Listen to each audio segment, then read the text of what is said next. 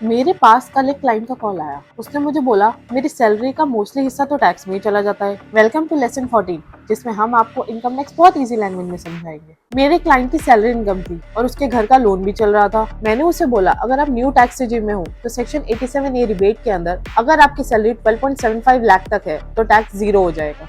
मतलब इस टाइम पे डिडक्शन लेने का कोई फायदा नहीं है अगर आपकी सैलरी 12.75 लाख तक है। फिर मैंने उसे इनकम टैक्स एक्ट का सेक्शन 109 समझाया, जो बोलता है अगर आपका बिजनेस का कोई लॉस है तो वो आपकी सैलरी इनकम से एडजस्ट नहीं होगा। शेयर मार्केट में किया गया लॉस किसी भी इनकम से सेट ऑफ नहीं होगा। और अगर आप लोन वाले घर पे रह रहे हो तो उस पे दिया गया इंटरेस्ट अप टू 2 लाख तक ही एडजस्ट हो सकता है और ये 2 लाख का बेनिफिट सिर्फ ओल्ड रेजिम में मिलता है। न्यू टैक्स रेजिम में अगर कोई आपका हाउस प्रॉपर्टी का लॉस है या फिर इंटरेस्ट है तो वो सैलरी इनकम से एडजस्ट नहीं होगा। तो क्लाइंट बोला कि मैं डिडक्शंस के पीछे भाग रहा था। तो मैंने उसे बोला बिना सोचे समझे रिजीम ऑप्ट करना बहुत बड़ी गलती है।